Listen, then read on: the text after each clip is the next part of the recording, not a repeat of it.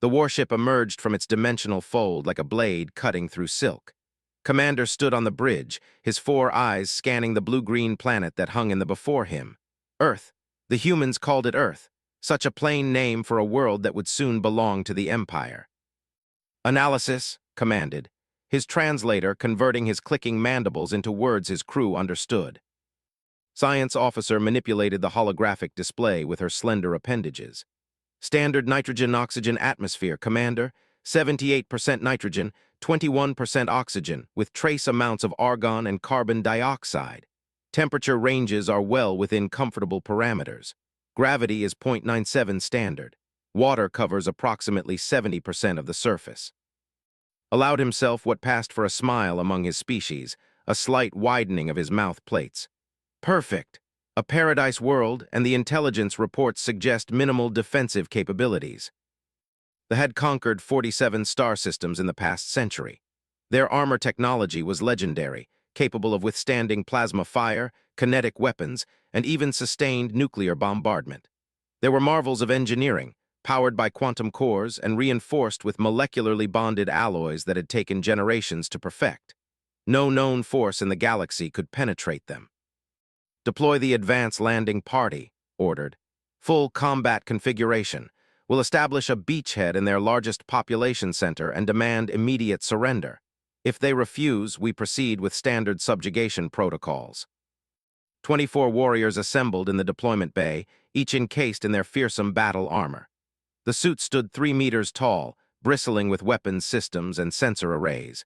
They had been tested on worlds with caustic atmospheres, in the vacuum of space, and in the crushing depths of ocean worlds. They were by every measure indestructible. Squad Leader X performed the final system checks. Every indicator glowed green. Weapons, operational. Life support, operational. Shields, operational. Communications, operational. The suit's AI confirmed that all systems were functioning at peak efficiency. Warriors of the voice echoed through their helmet speakers. You carry the honor of the Empire. Show these humans what it means to resist our might. Deploy. The drop pods launched from the warship's underbelly, streaking through the upper atmosphere like falling stars. Inside his pod, X felt the familiar vibration as atmospheric friction heated the outer shell.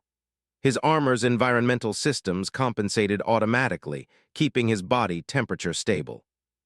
They were targeting New York City.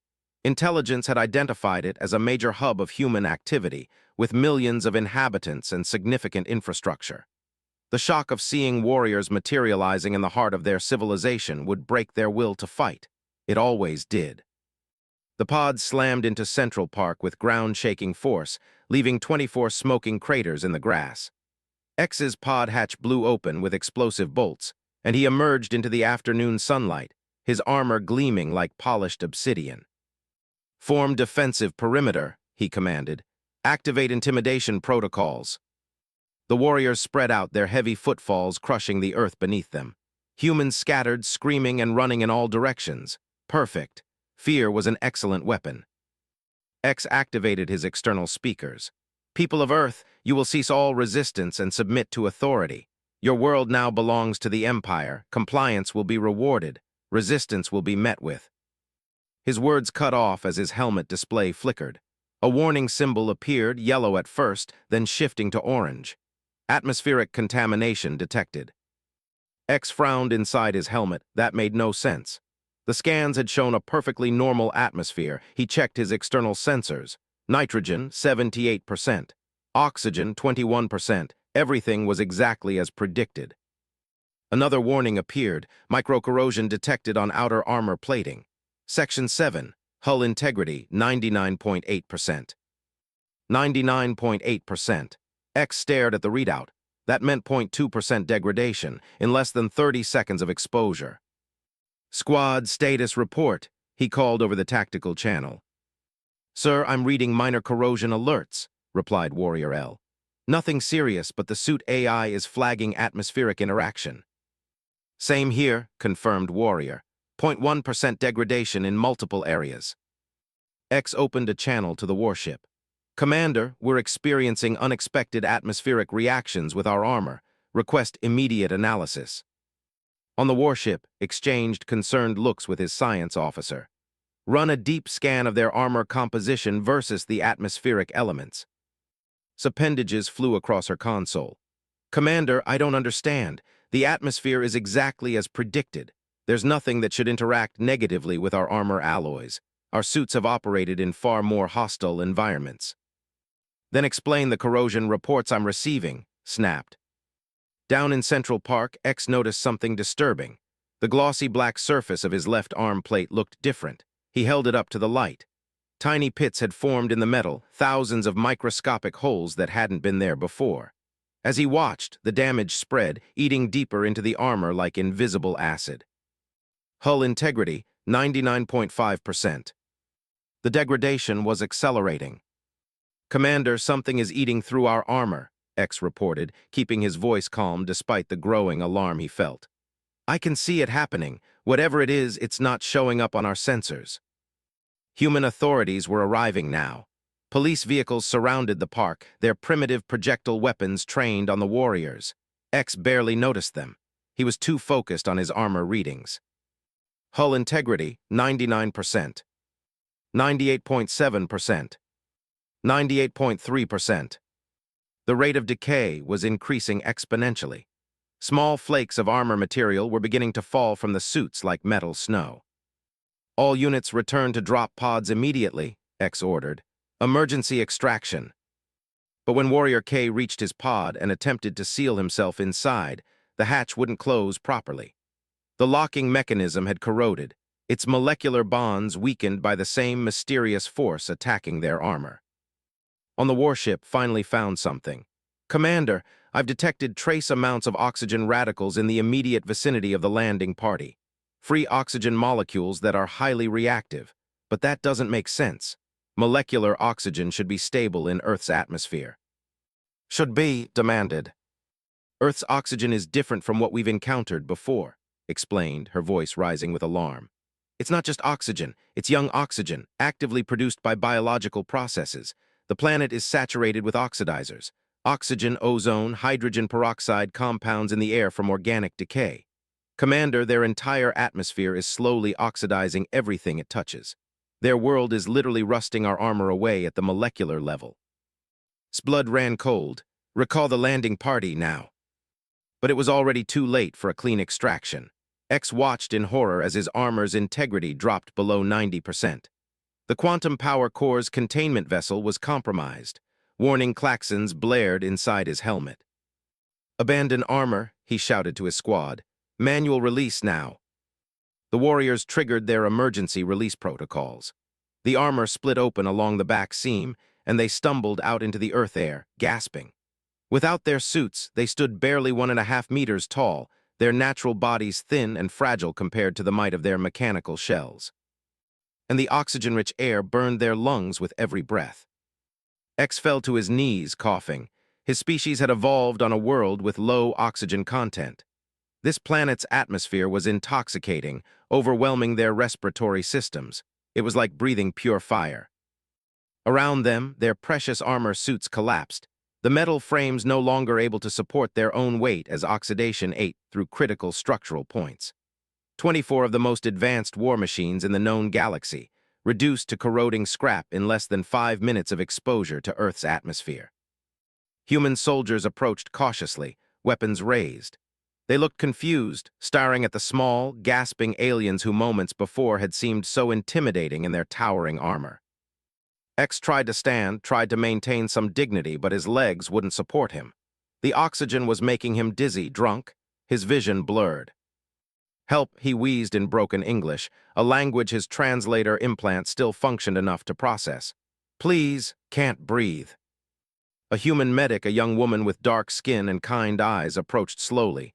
She held some kind of breathing apparatus. It's okay, she said softly. We've got you. On the warship, watched his elite warriors being taken into custody by primitive humans. His dream of easy conquest evaporated like morning dew. Earth's atmosphere, so deceptively similar to dozens of worlds that had conquered, was actually a slow-acting acid bath for their technology. Sir, we're detecting similar corrosion patterns on our hull plating, reported quietly. The warship's shields are protecting us for now, but if we remain in this atmosphere for extended periods, Understood.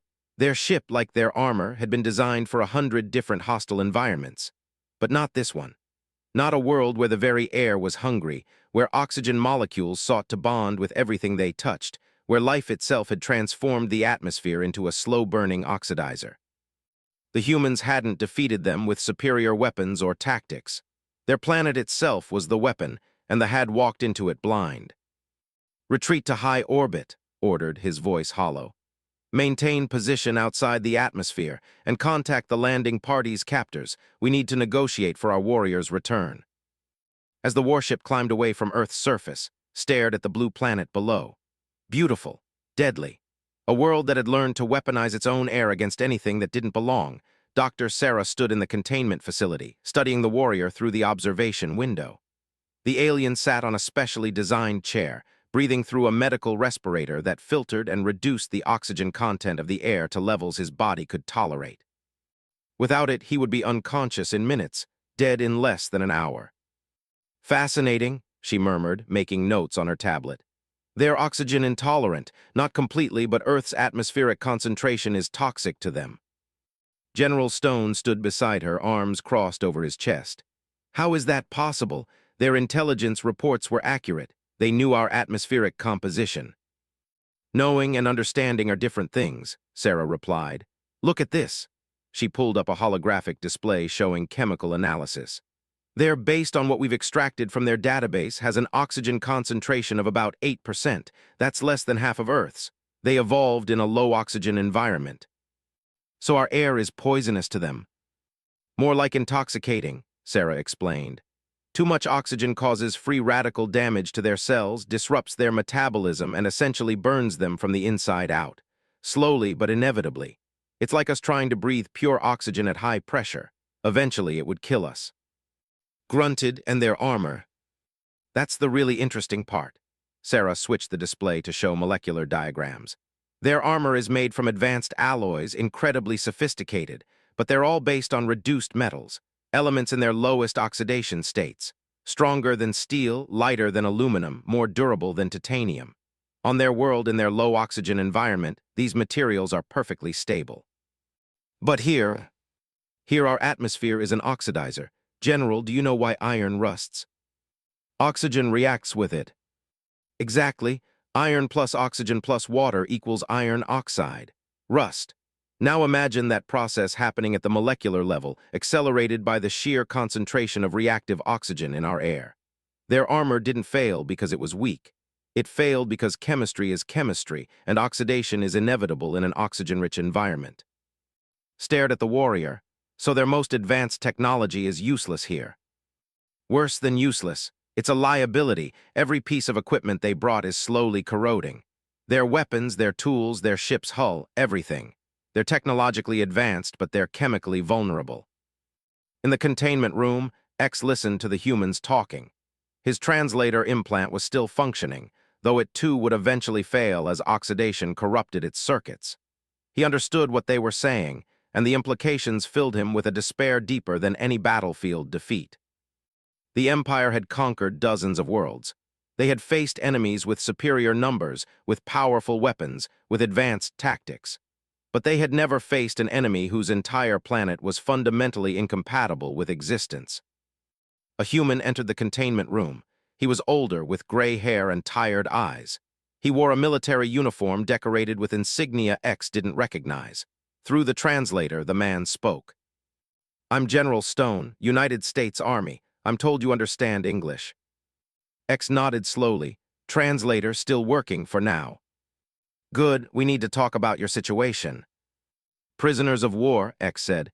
"We understand concept. We have treated such before." "That's just it," said, pulling up a chair and sitting down. "You're not really prisoners of war. You never actually hurt anyone. You showed up, made some threats, and then your equipment failed catastrophically. No shots fired, no casualties on either side. Technically, you're more like illegal immigrants." X's translator struggled with that phrase, but he got the general meaning. Not conquerors, merely trespassers. "Something like that," leaned forward. "Here's the situation. Your commander has been trying to negotiate for your release, but we have some questions first, starting with, how did you not know this would happen?" X was silent for a long moment. Then slowly he began to explain. The Empire had developed their atmospheric analysis technology over centuries. It could measure the composition of any planet's atmosphere with perfect accuracy. Nitrogen, oxygen, carbon dioxide, trace gases. Every measurement had been correct. But they had made one crucial assumption, that all oxygen-rich atmospheres were basically the same. That oxygen was oxygen, stable and inert unless combined with extreme heat or catalysts. They had never encountered a planet like Earth. Your oxygen is alive, X said finally. On other worlds, oxygen is old, stable, created by ancient geological processes long finished. But here, oxygen is produced constantly by living things. Your plants, your algae, your photosynthetic organisms. They flood atmosphere with fresh, reactive oxygen every moment of every day. Listened intently, and that makes a difference. All difference, X confirmed. Old oxygen from geology, it forms stable compounds. Bonds with other elements becomes inert, but your oxygen is young, hungry. It seeks to bond with everything. Your atmosphere is not just oxygen-rich, it is aggressive. Sarah, watching from outside, felt a chill run down her spine. She had studied Earth's atmosphere her entire career, but she had always taken it for granted. Now, seeing it through alien eyes, she understood what made their planet unique. Earth had been catastrophically transformed by life itself. Billions of years ago, the first photosynthetic organisms had begun pumping oxygen into the atmosphere, poisoning most other life forms, and causing what scientists called the Great Oxygenation Event. It was the greatest extinction event in planetary history, but it had also created the conditions for complex, energy-rich life to evolve. Humans existed because their distant ancestors had adapted to the oxygen apocalypse. They had learned to harness oxygen's reactive power, using it to burn fuel in their cells, generating enormous amounts of energy. That's why Earth life was so vigorous, so diverse, so aggressive. They ran on controlled combustion. But to a species that had evolved in a gentler environment, Earth's atmosphere was a slow poison. Your ship said, "It's still up there, what's it doing?" Waiting, X replied. Analyzing, learning, Commander is not foolish. He will not make same mistake twice. Can he adapt, develop materials that resist oxidation? X made a gesture that might have been a shrug. Perhaps. In time, years, maybe decades, but Empire has never needed such technology. No conquered world has presented this challenge. Why? Sarah asked through the intercom. You've conquered 47 star systems. How is it possible that none of them had Earth-like atmospheres? Many had oxygen, X said, but stable oxygen, low concentrations, or atmospheres where oxygen was balanced by reducing agents. Your Earth is extreme. Oxygen concentration of 21%, constantly replenished by biology. It is oxidation furnace. Stood up. I need to report this to the UN Security Council. They're meeting in an hour to decide what to do about your warship. What will you do? X asked quietly. I don't know, you came here to conquer us, but you can't even breathe our air. Your weapons don't work here. Your armor falls apart. Honestly, you're less of a threat than I initially thought. He paused. But that ship up there still concerns me. It's armed with weapons that could devastate our planet from orbit, even if you can't set foot on the surface. X met the human's eyes.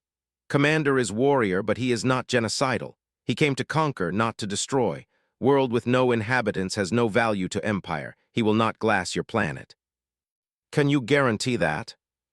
No, but I know him. He is calculating odds now, trying to determine if Earth conquest is worth cost, and cost is becoming very high.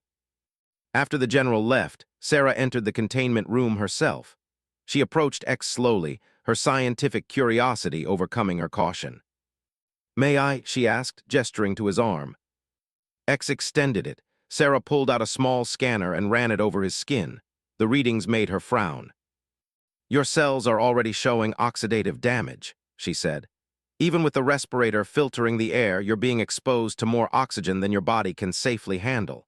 You need medical treatment. We are dying, X said simply. All of us, slowly, even with your breathing machines. Your world is killing us just by existing. Sarah felt an unexpected pang of sympathy. These beings had come as conquerors, yes, but now they were helpless, trapped in an environment that was fundamentally toxic to them. We'll do what we can, she promised. Our doctors are studying your physiology. Maybe we can develop better life support systems. Why, X asked. Why help enemies? Sarah smiled slightly.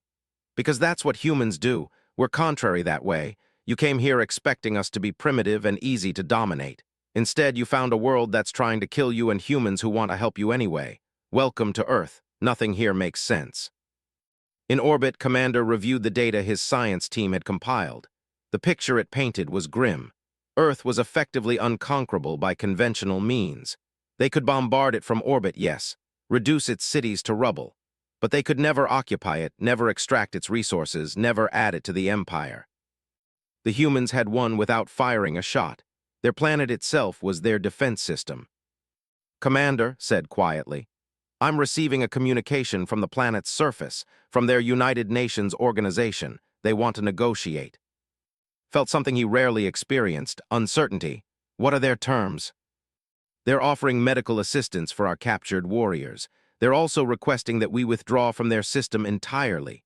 Paused. And they're offering something else. Scientific cooperation. They want to share information about Earth's atmospheric chemistry in exchange for technical data on other worlds. They want to trade with us after we tried to invade them. Apparently so, Commander. The message emphasizes that they understand our attack was based on incomplete information. They're willing to establish diplomatic relations rather than treating this as an act of war. Was silent for a long moment. Then he made a decision that would change the course of history.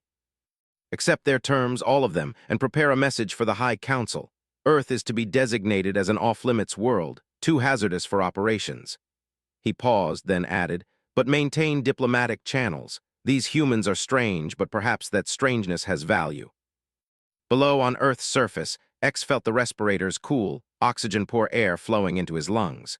Through the window, he could see the human city beyond, bustling with activity. Millions of beings who breathed poison and called it life, who lived on a world that would kill any who tried to conquer it. The humans had won not through strength of arms, but through simple chemistry.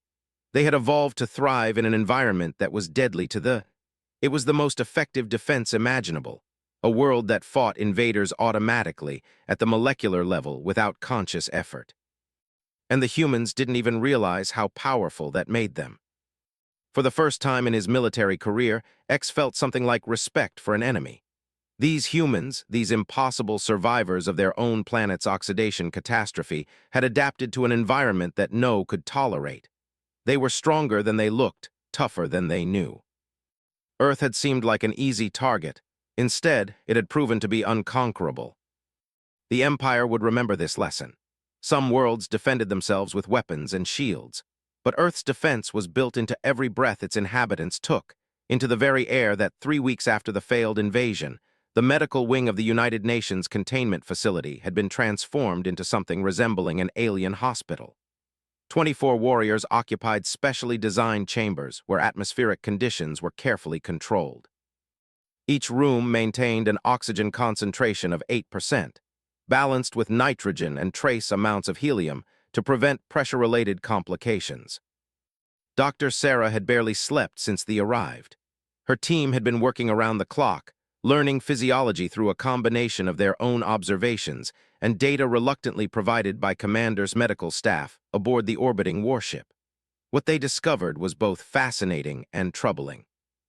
Their cellular structure is incredibly efficient at low oxygen levels, Sarah explained to a visiting delegation of scientists from around the world. They generate energy through a metabolic pathway we've never seen before. It's similar to anaerobic respiration, but far more sophisticated. On their world, it's an evolutionary advantage. Here, it's a death sentence. Doctor from Tokyo University studied the holographic display of cellular biology. The oxidative stress must be enormous. Every breath they take here generates free radicals that damage their DNA. Exactly, Sarah confirmed. Even with our filtered air systems, we're only slowing the process. Within 6 months, they would develop what amounts to acute radiation sickness from oxygen exposure. Within a year, they'd be dead.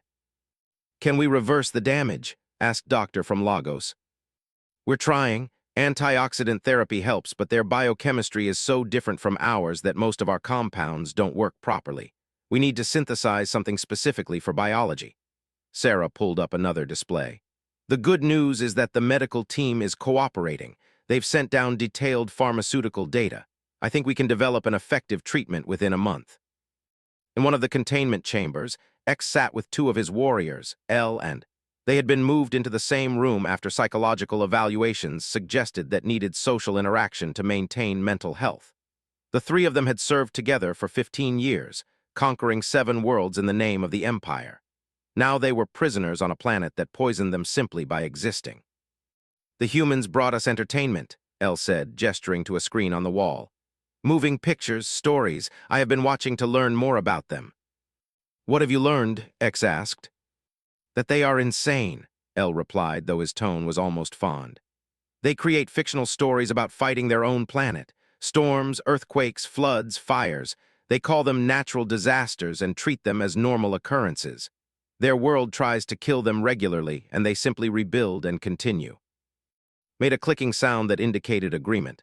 "I spoke with one of the guards. He told me about something called a hurricane, a massive storm with winds that can destroy buildings. These hurricanes happen every year X, and humans just accept it. They have systems to predict them, to evacuate, to recover, as if violent atmospheric destruction were simply part of life." X considered this. "On Prime, our weather is stable, gentle. We have storms, yes, but rare, controlled. Earth's atmosphere is aggressive in ways we never imagined." "Not just the atmosphere," L added. "I learned about forest fires. The humans told me that many of their plants evolved to reproduce through fire. They require burning to release seeds. Can you imagine? Life that needs destruction to continue. It explains much about Earth biology." A human nurse entered the room carrying medication. Her name was, and over the past weeks she had become almost friendly with the warriors. She no longer seemed afraid of them. "Time for your antioxidant therapy," she said cheerfully, loading syringes with a copper-colored liquid. "Doctor thinks the new formula will work better. It's based on compounds your medical team sent down." As she administered the injections, X asked, "Why do you help us? We came to conquer your world." Paused, considering the question. "I'm a nurse. I help people who are sick or injured. It doesn't matter who they are or what they did. Besides, you didn't actually hurt anyone. You showed up, your equipment fell apart, and then you surrendered. Honestly, the whole thing was kind of pathetic." Pathetic, X repeated the word. His translator provided context, weak, inadequate, deserving of pity. "Yes, accurate description." "Hey, I didn't mean it like that," said quickly. "I just meant that you weren't really a threat, more like you were victims of bad intelligence." "We were victims of our own ignorance," X corrected. "We assumed Earth was like other conquered worlds. We were wrong." Finished the injections and sat down on a chair. "Can I ask you something? What's your like?" The three warriors exchanged glances. Then X began to describe Prime. It was a world of gentle twilight, orbiting a dim red star. The atmosphere was thin and peaceful, with oxygen levels too low to support rapid combustion. Fires were nearly impossible. The planet's geology was stable, with minimal tectonic activity. Storms were rare and mild. The temperature varied only slightly between seasons. "It sounds peaceful," said. "Beautiful." "It is," agreed. "Safe, predictable, nothing like Earth." "Does that make Earth ugly?" asked, her voice challenging. "No," X said thoughtfully. "Different, violent, but not ugly. I have been watching the view screens, seeing your planet's surface. The forests, the oceans, the mountains, it is beautiful in a fierce way, like a blade, sharp and dangerous but elegant." Smiled. "That's a good description. Earth is definitely sharp and dangerous. We humans evolved here so we don't always notice. But learning about your world makes me realize how extreme ours must seem." "Your world made you strong," L observed. "Humans had to become adaptable, resilient, creative. Otherwise, Earth would have killed you long ago. The great oxygenation event your scientists told us about, it destroyed most life on your planet billions of years ago. But some organisms adapted, evolved, learned to use poison as fuel. That is remarkable." "I never thought about it that way," admitted. "We just breathe. We don't think about how weird oxygen is." "Everything about Earth is weird," said. "But perhaps weird is not bad, just different." Meanwhile, in orbit, Commander was having his own revelations about Earth and its inhabitants. He had been in constant communication with human representatives, mostly through video channels, since face-to-face meetings were impossible given the atmospheric incompatibility. His current conversation was with Ambassador Wei of the People's Republic of China. who served as the UN's primary liaison for the situation. "Commander, we've prepared a proposal for the return of your warriors," Ambassador said through the translator. "Our medical teams have developed a treatment protocol that should stabilize their condition. However, they will need ongoing medication for several months to fully recover from oxidative damage. We're willing to provide a 6-month supply of these medications." "In exchange for what?" asked. He had learned that humans rarely gave without expecting something in return. "Scientific exchange," Ambassador replied. "We're fascinated by your propulsion technology. Your ship entered our system using what appeared to be some form of dimensional folding. We'd like to understand the principles behind it." Was silent. Sharing military technology with a potential enemy violated every security protocol. But these humans already held his warriors as hostages, and more importantly, they held something far more valuable, medical knowledge that could save lives. "I will need to consult with the High Council," said finally. "But I am authorized to negotiate preliminary terms. What exactly do you want to know?" "Everything," Ambassador said with a slight smile. "But we'll start with the basics. How does your dimensional fold drive work? What energy source does it use? What are its limitations?" Over the next week, a strange kind of relationship developed between the Empire and the nations of Earth. It wasn't quite friendship, and it certainly wasn't trust, but it was something new, mutual necessity leading to reluctant cooperation. They needed Earth's medical expertise to save their warriors. Earth needed technological knowledge to advance their own understanding of the universe. Both sides had something the other wanted, and neither could simply take it by force. Sarah found herself spending increasing amounts of time talking with medical officers via video link. They discussed biochemistry, comparing the metabolic pathways of their respective species. They were astonished by how Earth life had evolved to harness oxygen's reactive power, turning a deadly poison into the fuel for complex consciousness. "We have never encountered anything like this," Chief Medical Officer told Sarah during one late-night call. "Most oxygen-breathing species we know use oxygen at much lower concentrations. 10 to 12% is typical. Earth's 21% is extreme, dangerous. It's also incredibly energetically favorable," Sarah explained. "Our cells can generate enormous amounts of ATP because of the high oxygen availability. That's why Earth life is so active, so aggressive. We literally burn hotter than most other biological systems."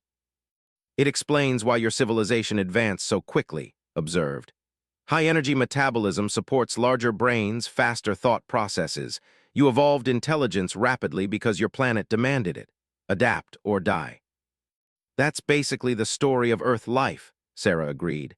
"Every major evolutionary transition was driven by environmental stress. Oxygen was the biggest stress of all, and we evolved to not just survive it, but thrive on it." "And now you breathe poison and call it air," said with what might have been admiration. In the containment facility, X had become something of an unofficial ambassador between his species and humanity. His willingness to explain culture, combined with his tactical insight, made him valuable to both sides. General Stone had taken to consulting with him regularly.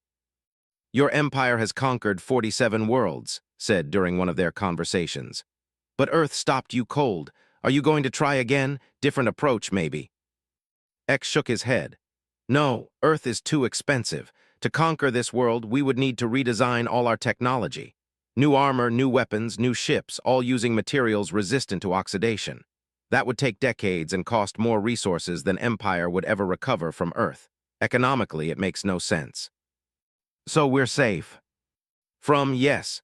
But Commander reports to High Council that Earth should be classified as extreme hazard world.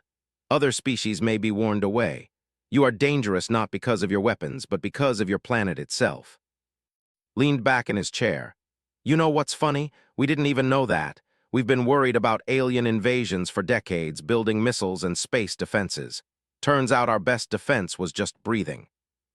"Your ancestors survived the Great Oxygenation Event," X said. "That event would have killed instantly. Every breath you take is testament to evolutionary triumph over atmospheric disaster. You are survivors of apocalypse. That makes you formidable." "So what happens now?" asked. "Between our species, I mean." X was quiet for a moment. "Trade, perhaps diplomatic relations. We have much to learn from each other. can travel stars, but we are fragile. Humans are confined to one world, but that world made you strong. Together, we might both benefit. You really think your empire will want to be friends with the planet that humiliated you? Not friends, X corrected. Allies maybe, or at least non-enemies. Pride is expensive luxury. Pragmatism is cheaper. That evening, Sarah stood outside the containment facility, looking up at the night sky. Somewhere up there, the warship still orbited. But it no longer seemed threatening. It seemed almost sad, like a shark trapped in a swimming pool, powerful but helpless in an environment it couldn't comprehend. Earth's atmosphere wrapped around her like an invisible shield. 21% oxygen, the product of billions of years of photosynthesis, the result of life transforming a planet into something uniquely aggressive. She breathed in deeply, tasting the oxygen-rich air she had taken for granted her entire life. Somewhere in the galaxy, there were species that considered Earth's atmosphere a toxic nightmare. But to humans, it was home. It was life. It was the very thing that made them human. And apparently, it was also the most powerful defensive weapon humanity possessed. Sarah smiled. Earth had defended itself without even trying. That was the most human thing imaginable, winning by accident, surviving by adaptation, and then offering friendship to the enemies who couldn't 6 months after first contact. The warriors finally prepared to leave Earth. The UN had arranged a ceremony at the containment facility, a formal farewell that both sides hoped would establish the foundation for future relations. X stood in his specially designed transport pod, a vessel that would ferry him and his warriors from the surface to the orbiting warship without exposing them to Earth's lethal atmosphere for more than a few seconds. Sarah approached with a medical case.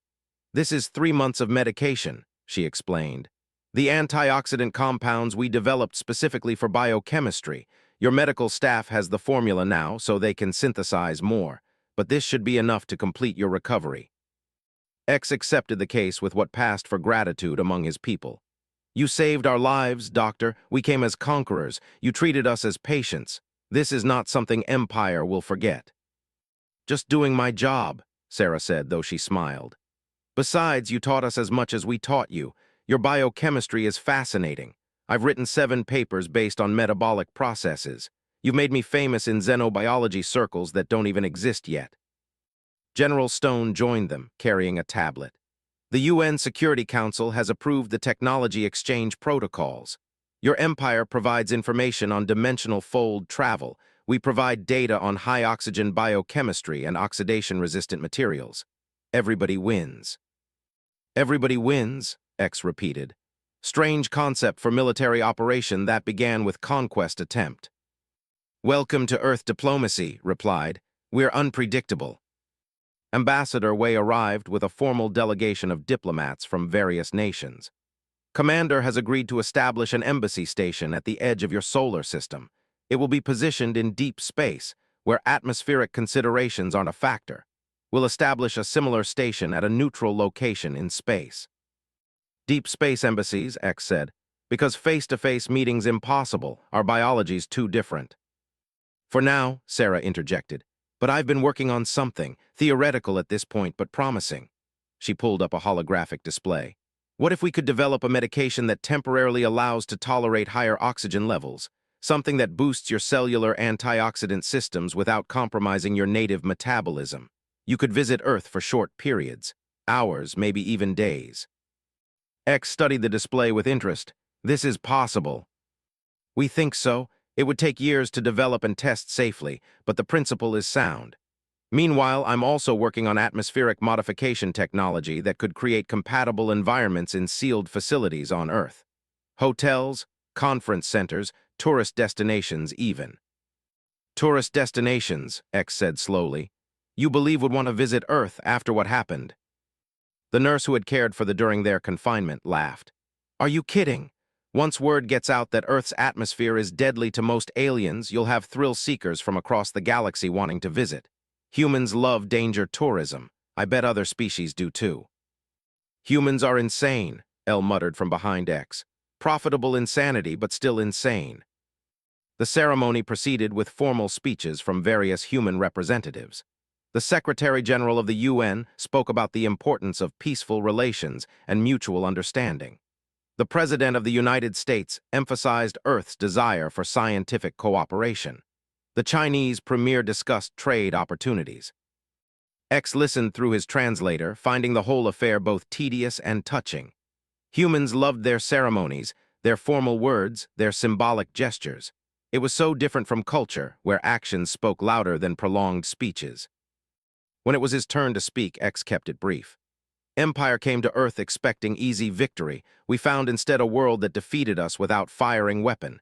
Your planet taught us humility. Your people taught us compassion. We came as enemies. We leave as something else.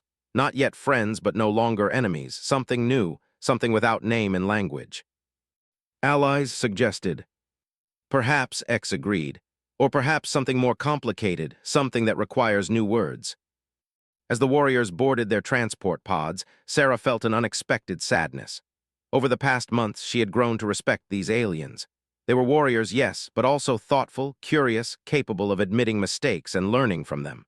The galaxy was apparently full of species nothing like humans, and that made the universe far more interesting than she had imagined. The pods launched, streaking up through the atmosphere toward the waiting warship. Sarah watched until they disappeared from sight, then turned to find standing beside her. "Think they'll really come back?" asked. "I do," Sarah said. "They're fascinated by us. We're everything their species isn't. Aggressive, adaptable, comfortable with chaos. We represent something they've never encountered before." Humans as the weird aliens, mused. "I like it." On the warship, X emerged from his pod and breathed deeply of the ship's carefully controlled atmosphere. 8% oxygen, 72% nitrogen, 20% helium. It smelled like home. His lungs relaxed, the constant background stress of finally easing. Commander met him in the docking bay. "Squad Leader X, welcome back. How are you feeling?" "Recovered, Commander. The human medicine is effective. All warriors are stable and healing." "Good," gestured for X to follow him to the bridge. "The High Council has reviewed our reports extensively. Earth has been classified as an extreme hazard world, prohibited for colonization or conquest. However, the Council is intrigued by the humans' technological proposals and cultural uniqueness." "Unique is accurate word, Commander." Indeed. They reached the bridge, where and the rest of the command crew were monitoring various displays. "The Council wants detailed reports on human psychology, culture, and capabilities. They're considering a formal alliance proposal." X was surprised. "Alliance with species we attempted to conquer." "The Council sees potential," explained. "Humans possess something rare, that makes them naturally resistant to conquest. Their atmosphere is a defensive system unlike anything in our databases, but they're also technologically primitive in many ways. They can't even leave their own solar system yet. The Council believes we can establish mutually beneficial relationship. We provide advanced technology and protection. They provide access to their unique biochemical knowledge and serve as a buffer against other expansionist species." "Buffer?" "Think about it, Squad Leader. Any species that tries to invade Earth will face the same problems we did. The planet itself is a deterrent.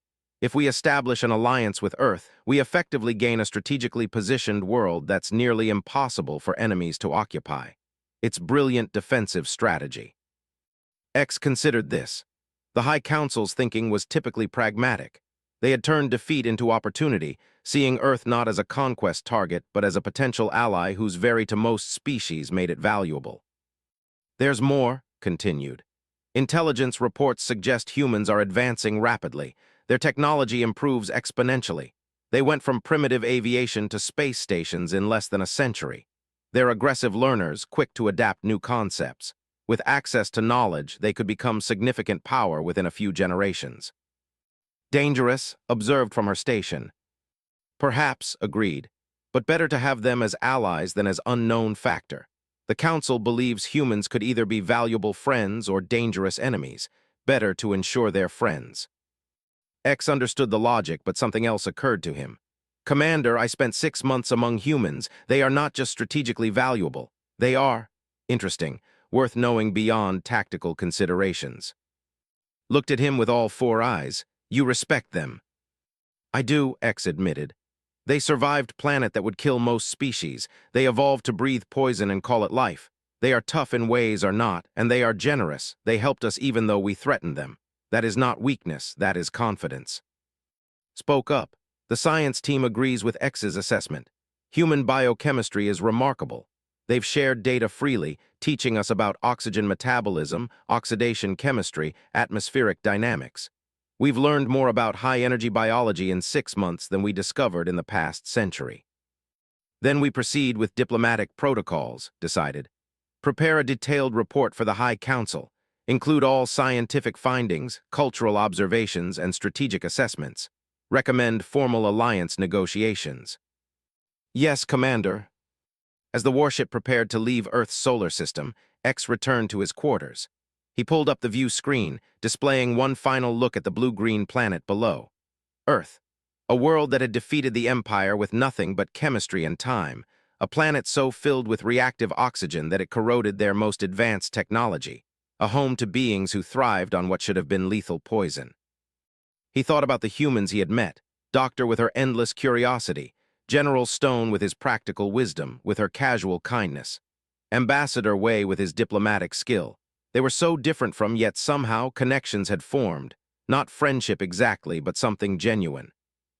The Empire had conquered 47 worlds through superior military might, but Earth had taught them that conquest wasn't always about strength. Sometimes the best defense was simply being fundamentally incompatible with invaders. The humans had won by existing, by breathing, by being themselves. It was the most elegant defensive strategy X had ever encountered. A message notification appeared on his screen. It was from Dr. Sarah, sent via the newly established communication protocols. Safe travels, X. Thanks for being a good patient and an excellent teacher. If you ever make it back to Earth, look me up. I'll show you around, oxygen poisoning and all. Maybe by then we'll have figured out how to keep you alive for more than a few hours. Until then, breathe easy in your safe, boring atmosphere. And remember, just because our air tries to kill you doesn't mean we don't like you. Humans are weird that way. Best wishes, Sarah. X felt something he couldn't quite name. Amusement, appreciation, affection. The translator implant struggled with the emotion. He dictated a response. Thank you, Doctor. I will remember Earth and its impossible inhabitants. You breathe poison and thrive. You live on a world that constantly tries to kill you and call it beautiful. You are the strangest species I have encountered. That is compliment. If humans can build alliance despite such different biologies, perhaps Galaxy is not as hostile as we believed. Perhaps there is room for cooperation between species that share nothing but curiosity. I look forward to the day we meet again in whatever oxygen-poor environment allows it. Until then, may your atmosphere remain deadly to all who would harm you. Farewell, Sarah. Farewell, Earth. He sent the message, then lay back in his sleeping alcove. The low-oxygen atmosphere wrapped around him like a comfortable blanket, and for the first time in months, he felt truly at home. But part of him would always remember the planet where the air itself was a weapon and the beings who had evolved to master it. The Empire had learned a valuable lesson on Earth. Sometimes the most dangerous opponents were the ones who didn't need weapons. Sometimes survival itself was the greatest power. And sometimes the most unlikely alliances were the ones worth pursuing. As the warship engaged its dimensional fold drive and slipped away from Earth's solar system, X smiled to himself. The galaxy had just become infinitely more complex. Humans were now part of the equation, and that changed everything. They had come to Earth seeking another conquest. Instead, they had found something far more valuable, a species that complemented their own weaknesses, challenged their assumptions, and offered friendship despite having every reason not to. It was the beginning of something unprecedented in history, an alliance based not on conquest or submission, but on mutual respect between fundamentally different species. 20 years had passed since the first attempted to invade Earth. The Deep Space Embassy Station, designated Unity 1, floated in the neutral zone between Earth's solar system and space. It was a marvel of collaborative engineering, featuring separate atmospheric zones that allowed both species to coexist without killing each other. Dr. Sarah, now gray-haired and serving as Earth's chief liaison, walked through the human section of Unity 1 toward the transition airlock. She carried a small case containing vials of the latest iteration of their atmospheric adaptation medication. After 2 decades of research, they had finally achieved a breakthrough. Through the airlock's window, she could see X waiting on the side. He looked older too, his exoskeleton showing the subtle patina that came with age. He had risen to the rank of ambassador, serving as the Empire's primary representative to humanity. Sarah entered the medical transition chamber, a specially designed room where the atmosphere could be gradually adjusted. Over the next 10 minutes, oxygen levels slowly decreased while helium increased. Her body adapted, breathing slowing as the thinner air took effect. When the levels reached compatible parameters, the inner door opened. X stood waiting, and if could smile, Sarah thought he would be. "Doctor, you look well." "Ambassador X, you look distinguished." Sarah held up the case, ready to make history. "Always." They moved to a conference chamber where a delegation of human scientists and researchers had gathered. The atmosphere in the room was set to a compromise level, 12% oxygen, a concentration both species could tolerate for limited periods with proper preparation. "Ladies and honored," Sarah began, addressing the assembled group. 20 years ago, we learned that Earth's atmosphere was incompatible with biology. Today, we change that. She opened the case and held up a vial. "This is the culmination of 2 decades of collaborative research, a biological supplement that temporarily modifies cellular metabolism to safely process higher oxygen concentrations. In trials, test subjects have successfully breathed air with up to 16% oxygen for periods of up to 72 hours. Excited murmurs ran through both delegations. Doctor, now head of the International Xenobiology Council, leaned forward. 16% is still below Earth's 21%, but it's a massive improvement. What are the side effects? Minimal, Sarah reported. Increased metabolic rate, slightly elevated body temperature, enhanced cognitive function. The subjects actually reported feeling more energetic. The supplement essentially an alternative metabolic pathway that allows safer oxygen utilization. X addressed his own delegation in the clicking language, then switched to English. "This is revolutionary. 16% oxygen means could visit many worlds previously thought uninhabitable. Not just Earth, but dozens of oxygen-rich planets throughout the galaxy." "There's more," Sarah continued. "We've also developed an atmospheric modification system for human environments, portable generators that can reduce oxygen levels in sealed spaces. Combined with the medication, this means could spend weeks, even months, in surface facilities on Earth." A young scientist, Al, spoke up. "Has human testing been conducted? Can humans tolerate reduced oxygen environments for extended periods?" "We've been training," Sarah confirmed. "High-altitude adaptation protocols, supplemental breathing equipment, and pharmacological support. Humans can function reasonably well at 12% oxygen with proper acclimatization. Some of our mountaineering athletes have even adapted to 10% for short periods." "This opens possibilities," X said slowly. "Cultural exchange, scientific collaboration on the ground, not just through video links, visitors experiencing Earth directly." "Tourism," someone added. "Education," another suggested. "Joint military exercises," offered a human general. Sarah smiled. "All of the above, but first we need to test it properly, which is why I'm proposing we establish the first joint surface facility on Earth, a campus where both species can live and work together, with transitional zones allowing gradual atmospheric adjustment." The proposal generated intense discussion. The practical challenges were enormous. The facility would need redundant life support systems, medical wings for both species, emergency protocols for atmospheric failures. But the potential benefits were equally enormous. Over the following months, construction began on what would be called the Unity Campus, located in the New Mexico desert. The isolated location provided security and minimized risk to civilian populations if something went catastrophically wrong. The facility incorporated cutting-edge technology from both civilizations, creating something entirely new. The campus featured 3 distinct atmospheric zones. The human section maintained Earth's standard atmosphere. The section replicated their low-oxygen environment. Between them lay the transition zones, where atmospheres could be carefully blended and adjusted. X was among the first to volunteer for the extended Earth visit program. He arrived with a team of scientists, diplomats, and cultural observers, all dosed with the new atmospheric adaptation medication. Sarah met him at the landing site. For the first time in 20 years, they stood together breathing the same air, albeit carefully modulated air in a transition zone.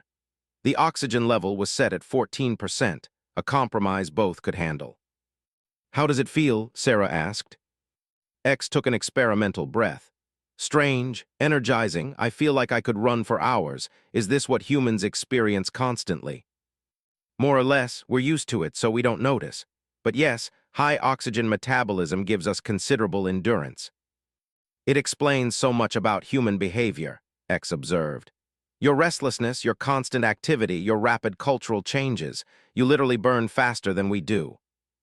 They walked together through the campus, and Sarah showed him the various facilities.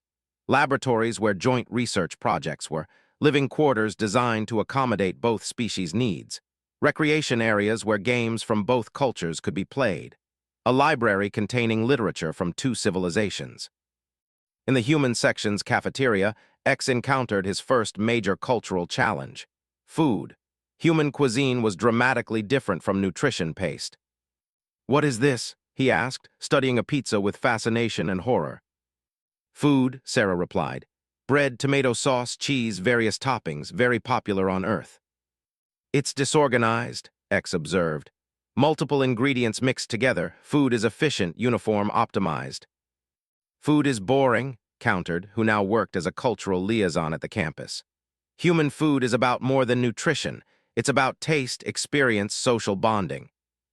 X cautiously tried a small piece. His translator couldn't adequately describe the taste, but his reaction was clear, confused but intrigued. "It's excessive, unnecessary, strangely appealing."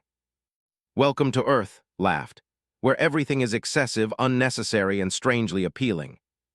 The cultural exchange worked both ways. Human scientists visited the section, experiencing the low-oxygen environment with portable breathing apparatus. They found the dim lighting restful, the gentle temperature soothing. Art, which emphasized subtle geometric patterns and complex mathematical relationships, fascinated human mathematicians. Doctor spent hours in conversation with Al, comparing notes on biochemistry. "Your metabolism is so elegant," said. "Efficient, controlled, precise. Ours is chaotic by comparison, but that chaos generates enormous energy." "Different solutions to survival," Al replied. "Neither better nor worse, just adapted to different environments. But now, working together, we can learn from both approaches." As months passed, the Unity campus became a thriving center of cooperation. Joint research projects yielded breakthroughs in multiple fields. Dimensional fold technology combined with human combustion engine principles produced a new hybrid propulsion system. Human genetic modification techniques merged with cellular engineering created revolutionary medical treatments. But the most significant development was simpler: friendship. X and Sarah spent their evenings in the transition zone, sharing stories over carefully calibrated cups of tea. The beverage itself was a joint invention, combining human tea leaves with flavor compounds, creating something neither species would have developed alone. "Do you ever regret that first day?" Sarah asked one evening. "Coming to Earth expecting easy conquest." X was quiet for a moment, sipping his hybrid tea. "I regret the arrogance, the assumption that we understood your world because our scanners measured its atmosphere. But I do not regret the outcome. That failed invasion brought our species together." "We're an unlikely pair," Sarah agreed. "You breathe low oxygen, we breathe high. You evolved in gentleness, we evolved in chaos. You value precision, we value adaptability." "Which is exactly why this works," X replied. "We complement each other. Where are weak, humans are strong. Where humans struggle, excel. Together we are more capable than either species alone." News of the Unity campus spread throughout the galaxy. Other species took notice. The Empire's partnership with humanity represented something unprecedented, an alliance based not on conquest or coercion, but on genuine mutual benefit and respect. Delegations from other civilizations began arriving at Unity 1, curious about these strange partnerships. The Vex Collective, a hive-mind species, was fascinated by the human concept of individualism combined with cooperation. The Luminous Ones, beings of pure energy, wanted to understand how matter-based species dealt with atmospheric limitations. Earth, once isolated and unknown, became a hub of galactic interest, not because of military might or economic power, but because humanity represented something unique, a species that had evolved in one of the most aggressive atmospheric environments in the known galaxy, and not only survived but thrived. The great oxygenation event that had devastated early Earth life billions of years ago had inadvertently created a powerful defensive system. Any species considering invading Earth had to confront not just human technology or military strength, but the planet itself. The atmosphere was an invisible shield, protecting Earth from most would-be conquerors. But more than that, Earth's harsh environment had forged humans into something special. Adaptable, resilient, creative problem solvers who turned obstacles into opportunities. They had faced a planet trying to kill them and made it their greatest strength. At a formal ceremony marking the 5th anniversary of the Unity campus, Ambassador X gave a speech that would be remembered for generations. 25 years ago, the Empire attempted to conquer Earth. We came with superior weapons, advanced technology, and absolute confidence in our victory. We were defeated in minutes by something we never expected: chemistry. Earth's atmosphere destroyed our armor, poisoned our warriors, and forced us to surrender without firing a shot.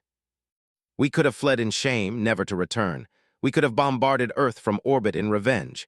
Instead, we chose a different path. We chose to learn. What we learned changed the Empire forever. We learned that conquest is not the only path to strength. We learned that different does not mean inferior. We learned that sometimes the best victories are the ones where everyone wins. Today, and humans work together, live together, learn together. Our children, both species, will grow up knowing each other as allies, perhaps as friends. They will inherit a galaxy where cooperation is possible, where differences are celebrated rather than feared. Earth's atmosphere still eats through our original armor. It always will. Chemistry is chemistry and oxygen is oxygen. But now we come prepared, protected, and welcomed. We come not as conquerors, but as partners. The humans have a saying: "What doesn't kill you makes you stronger." Earth's atmosphere nearly killed us. Instead, it made both our species stronger by bringing us together. That is the greatest victory I have ever experienced. The audience, human and alike, erupted in applause. Sarah stood beside X, feeling tears in her eyes. 25 years ago, she had been terrified of alien invasion. Now she stood on a campus where two species lived and worked together, where the differences that should have kept them apart instead brought them closer. That night, Sarah stood outside the human section of the campus, breathing Earth's natural atmosphere. 21% oxygen, just as it had been for hundreds of millions of years. Deadly to the, life-giving to humans. The same air that had destroyed advanced alien armor now filled her lungs, energizing her cells, fueling her thoughts. She thought about the great oxygenation event, that ancient catastrophe that had killed most of Earth's early life. The survivors of that disaster had evolved into everything that lived today: plants, animals, humans. They had turned poison into power. X joined her, wearing a sealed suit that supplied low-oxygen air. Even with the medication, he couldn't safely breathe full Earth atmosphere for more than a few hours. "Beautiful night," he observed, looking up at the stars through his transparent helmet. "It is," Sarah agreed. "You know what's funny? Earth's atmosphere is the reason we met. It destroyed your armor and nearly killed you. But it's also the reason we're standing here now as allies." "Not just allies," X corrected gently. "Friends." Sarah smiled. Friends, who would have thought? Humans and species that can barely breathe the same air becoming friends. "That is the beauty of it," X replied. "We are friends not despite our differences, but because of them. Your atmosphere taught my people humility. Your generosity taught us compassion. You transformed our greatest defeat into our most valuable alliance. And you taught us we're not alone," Sarah countered. "That the galaxy is full of life, different and strange and wonderful. You expanded our horizons." They stood together in companionable silence, a human breathing poison-rich air and a breathing recycled low-oxygen atmosphere, both comfortable in their differences, both enriched by their friendship. Earth's atmosphere continued to do what it had done for billions of years, slowly oxidizing everything it touched, breaking down complex molecules, corroding metal, weathering stone. It was patient, relentless, and unstoppable. But it no longer separated humans instead, it reminded both species that differences could be bridged, that understanding could overcome incompatibility, and that the greatest strength came not from conquest but from cooperation. The air that had once eaten through armor now symbolized something else entirely: the power of adaptation, the value of diversity, and the possibility that even the most unlikely friendships could thrive. Earth's atmosphere was still deadly to the. It always would be. But through science, cooperation, and mutual respect, two species had learned to overcome the barrier that should have kept them forever apart. And that was the most human achievement of all, taking an impossible situation and making it possible anyway. The galaxy would never be the same. Earth, with its deadly oxygen-rich atmosphere and its impossible inhabitants, had become a beacon of hope. A world that proved different species could work together, learn together, and build something better than either could achieve alone. All because Earth's atmosphere ate through their armor, and humanity responded with compassion instead of conquest. It was the beginning of a new era, one where atmospheric incompatibility was just another problem to solve, where chemical differences were challenges to overcome rather than insurmountable barriers. And it all started with 24 warriors gasping for breath in Central Park, defeated not by human weapons but by human air, saved not by strength but by human kindness. The story of how Earth's atmosphere became the foundation for interstellar friendship would be told for generations, on both worlds, as proof that even the greatest obstacles could become opportunities for understanding. In the end, what seemed harmless had indeed proven dangerous to the. But that danger had led to something more valuable than conquest: genuine alliance, mutual respect, and the knowledge that the galaxy was big enough for everyone, as long as you brought the right breathing equipment. And it all started because Earth's atmosphere ate through their armor, hurt them anyway. Welcome to Earth, where the air itself fought invaders, and humans were crazy enough to help their would-be conquerors survive it deed their planet.